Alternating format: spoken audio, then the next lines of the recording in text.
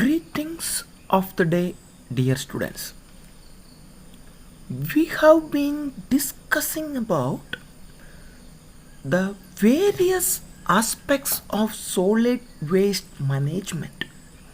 The previous class, we have discussed some of the important type of waste management, that is landfill and composting. Then the next topic illustrated in our syllabus, that is a special type of composting is carried out by earthworms, that is known as vermicomposting. So vermicomposting, it is a scientific method of preparing high quality compost using earthworms. And the vermicomposting, it's a process in which the earthworm converts the organic waste into manure that is rich in high quality nutritional content. And as you all know, the earthworms are commonly present in soil, which feeds on the various waste material and produce biomass, and which excrete this biomass that is ingested by the earthworm.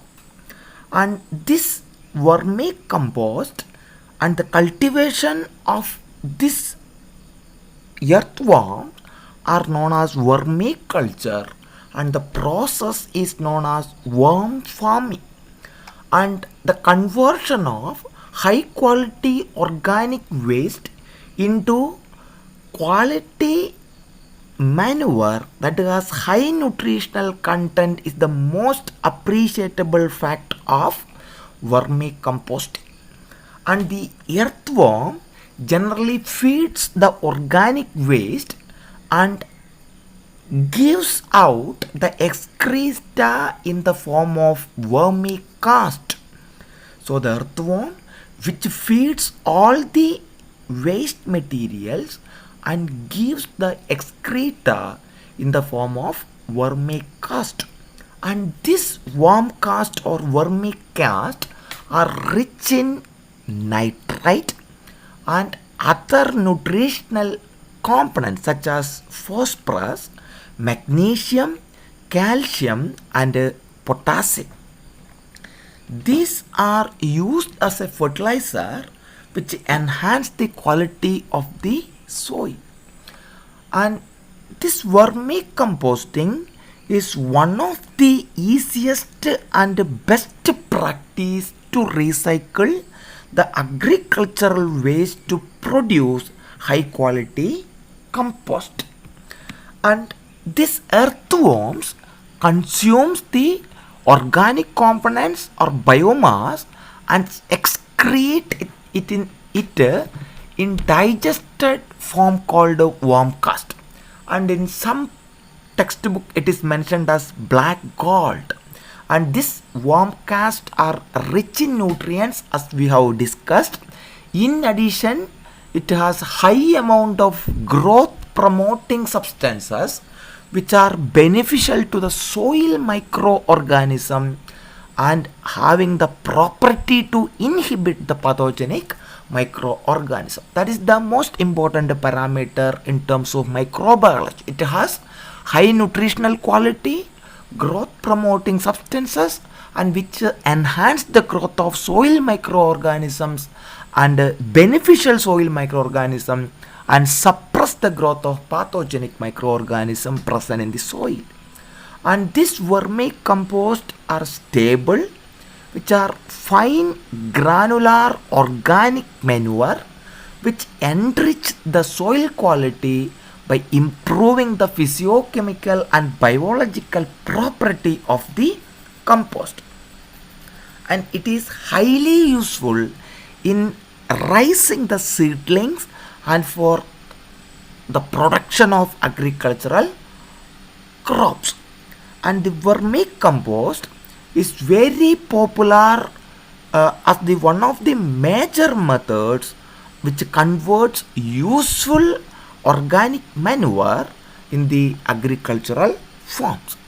And this is the picture that represents the vermicompost that is produced by the earthworm. Here you can see the earthworm and you can see the vermicompost, that is known as vermicast or vermicompost.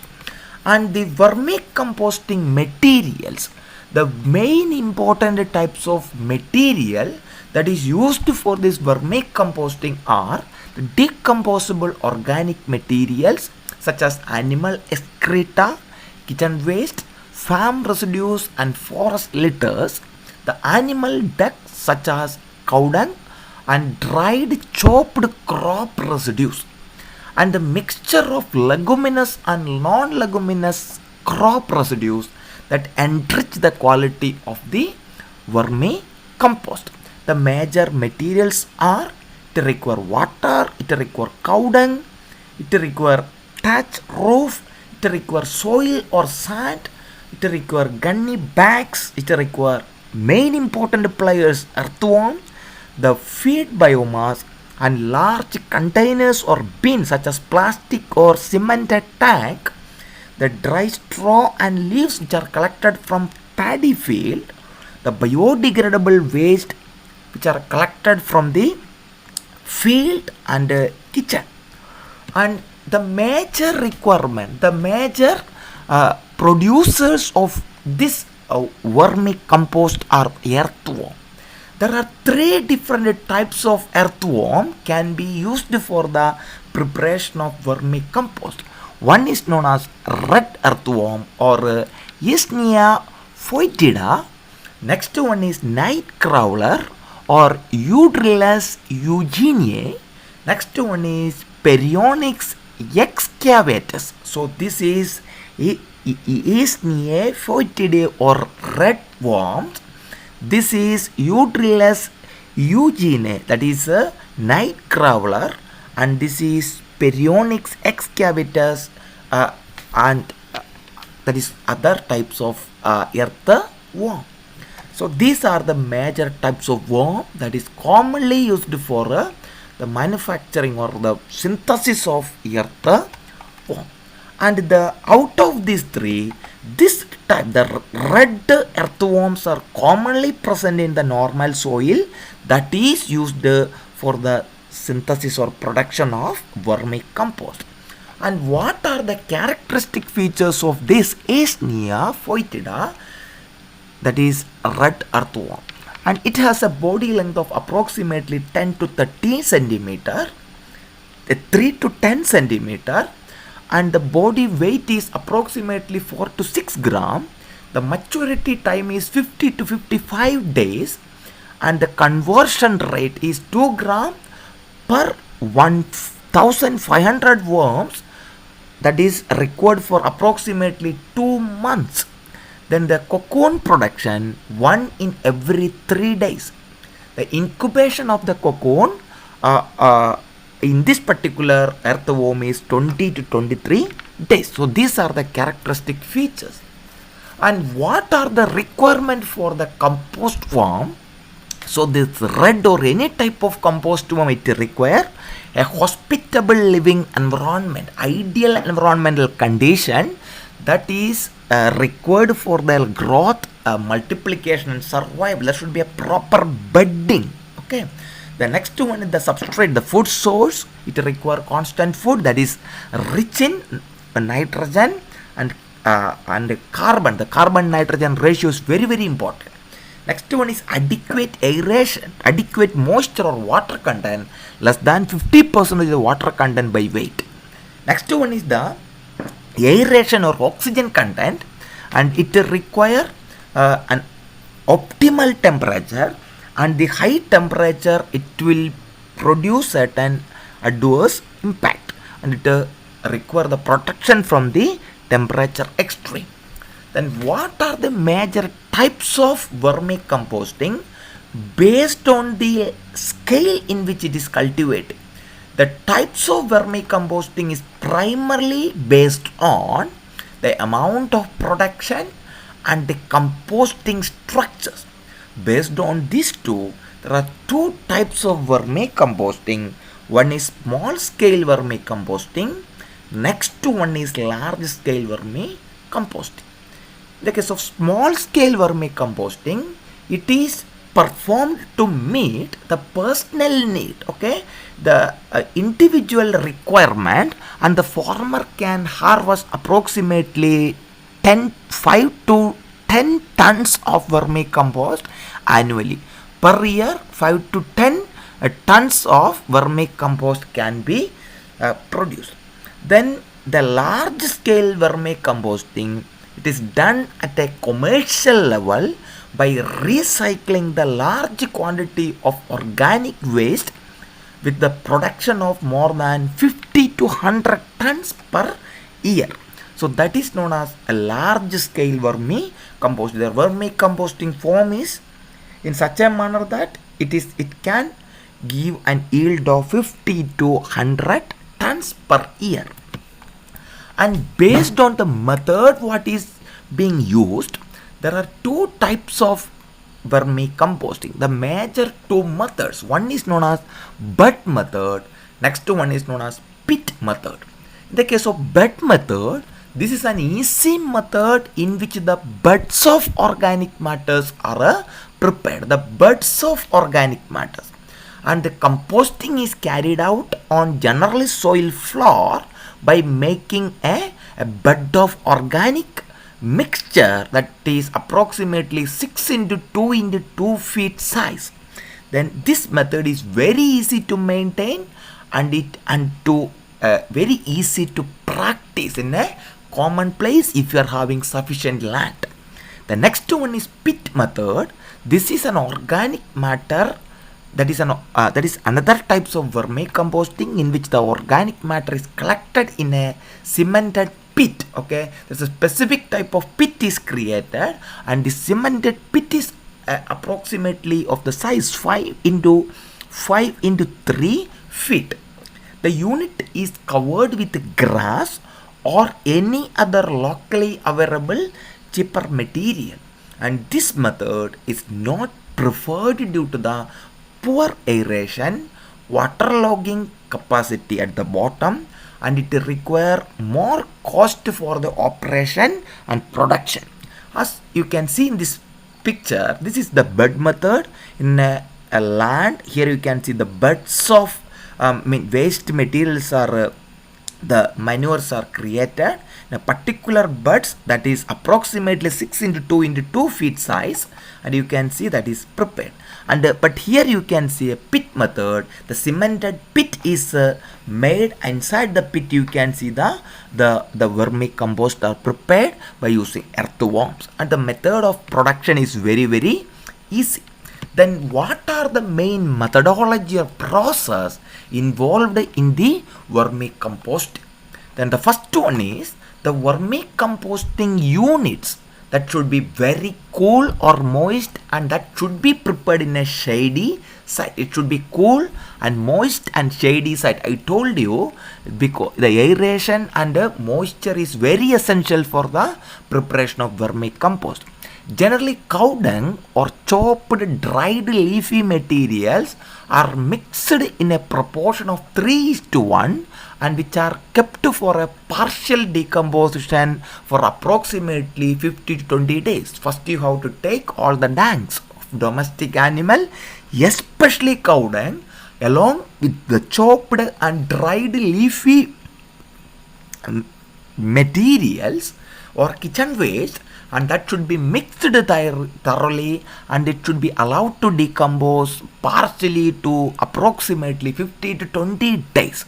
Then a layer of 50 to 20 centimeter of chopped dried leaves or grass should be placed as bedding material at the bottom of the bed. Okay, a layer of 50 to 20 centimeter of chopped dried leaves or grass should be placed as a bedding material at the bottom of the bed. Then the beds of this particular decomposed materials of size 6 into 2 into 2 should be prepared, and that should be available. So 50 to 20 centimeter of chopped dried leaf grasses bedding material should be placed over the soil, and this 6 into 2 into 2 feet size of partially decomposed material that we have prepared in the step should be kept over the bedding material. Then each bed should contain 1.5 to 2 grams of raw materials, and the number of beds can be increased as per the raw material availability and requirement. Okay, that is another important thing. So the main process is the requirement and availability of the raw material. Then next step is the rudworm. Approximately 1500 to 2000 should be placed and released on the upper layer of the bed.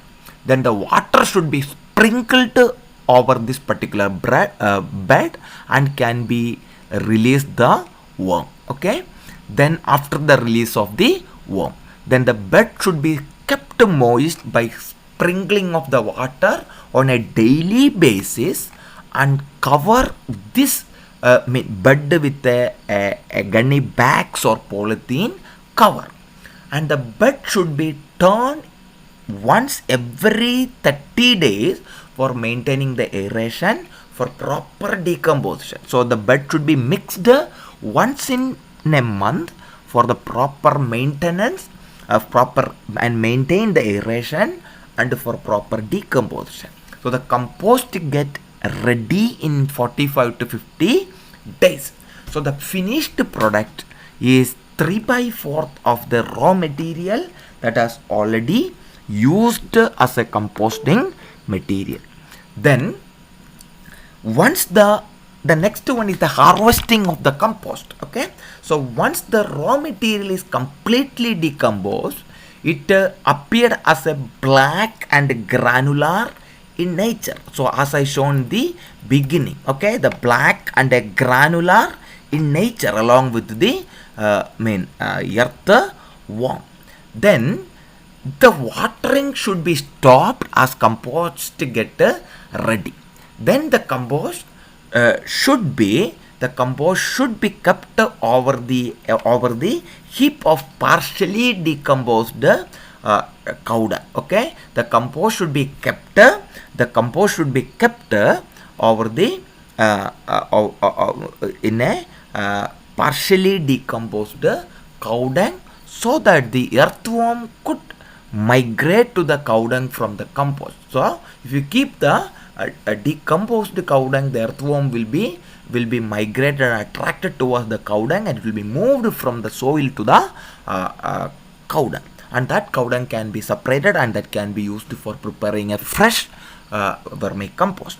So after 2 days, the compost can be separated and that can be sieved for use, and that can be transported to the agricultural farms, greenhouses, or any type of field that can be really required for this for as manure. Then this vermicompost have a high amount of nutritional content. The level of nutritional content in the vermicompost, that is mainly based on the source of the raw material and what type of earthworms out of 3 we have used. And the vermicast, which is rich in nitrogen, phosphorus and potassium, that is the major component that is required to enhance the fertility of the soil. Okay, the major component that is very much essential to enhance the fertility of the soil.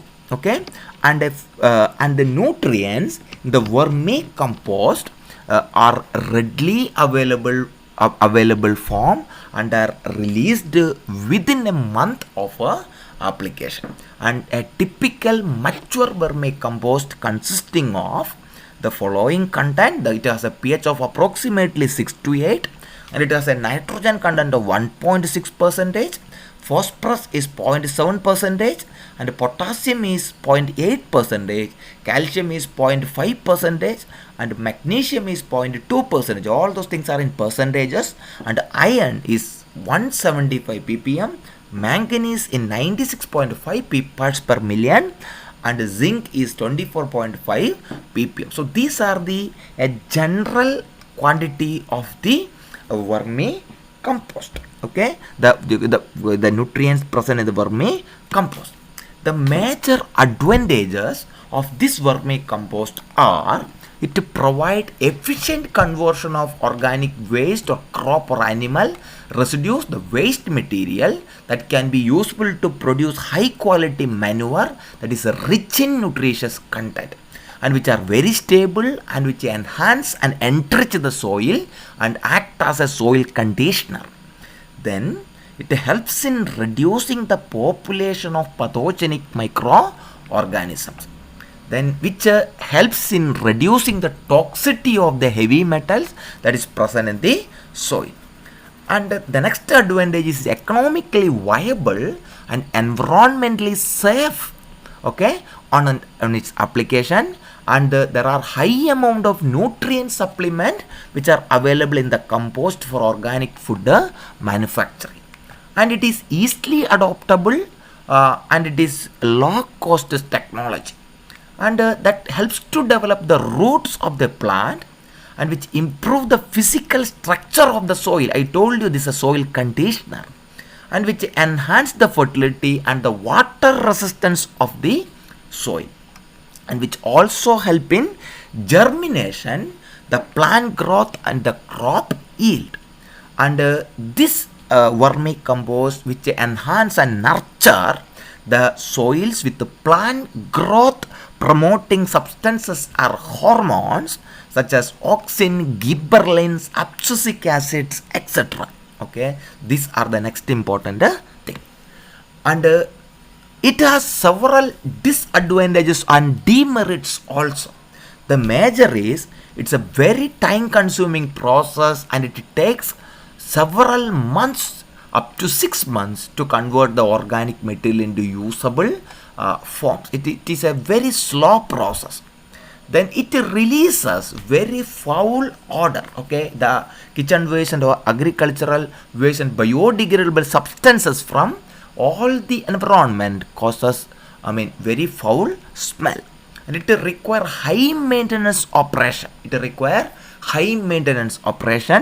And the feed has to be added continuously and periodically, and utmost care should be taken that the worms are not flooded with too much to eat. Okay, and the worms should not be flooded with too much to eat.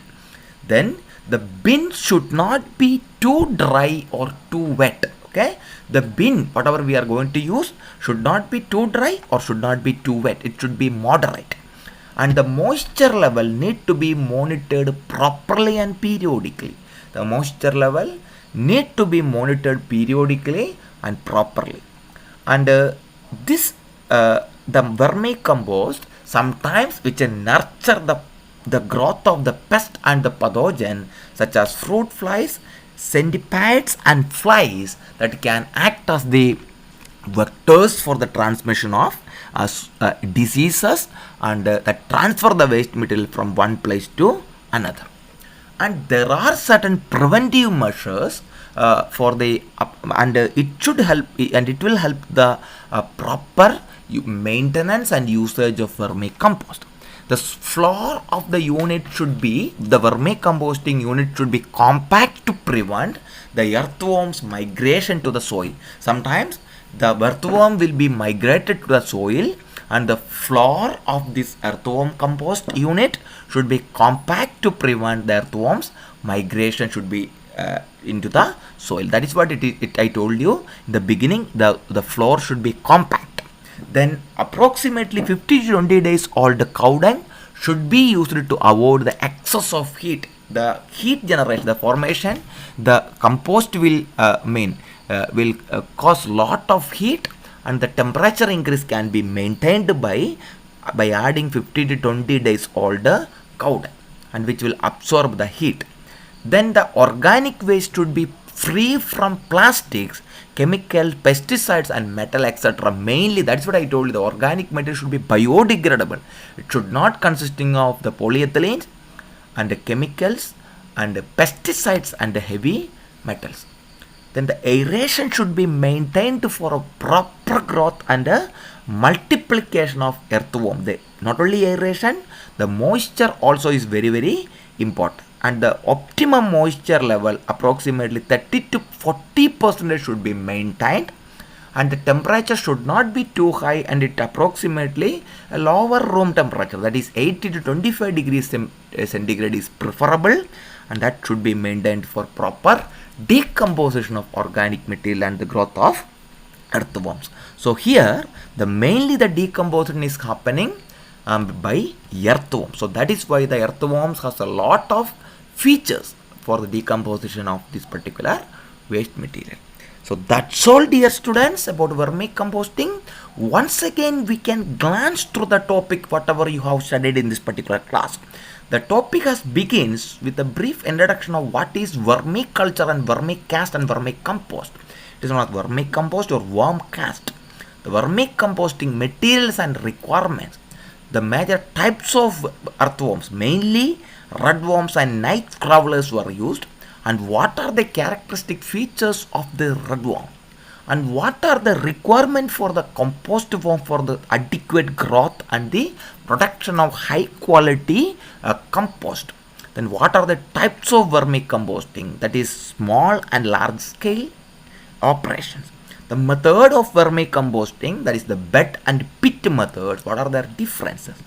The process of vermicomposting, how it is carried out and what are the steps, and how it will be harvested, and what are the nutritional content of this vermicompost, and what are the merits and what are the demerits, and how will you prevent the problem that is commonly associated while operating the worm culture unit.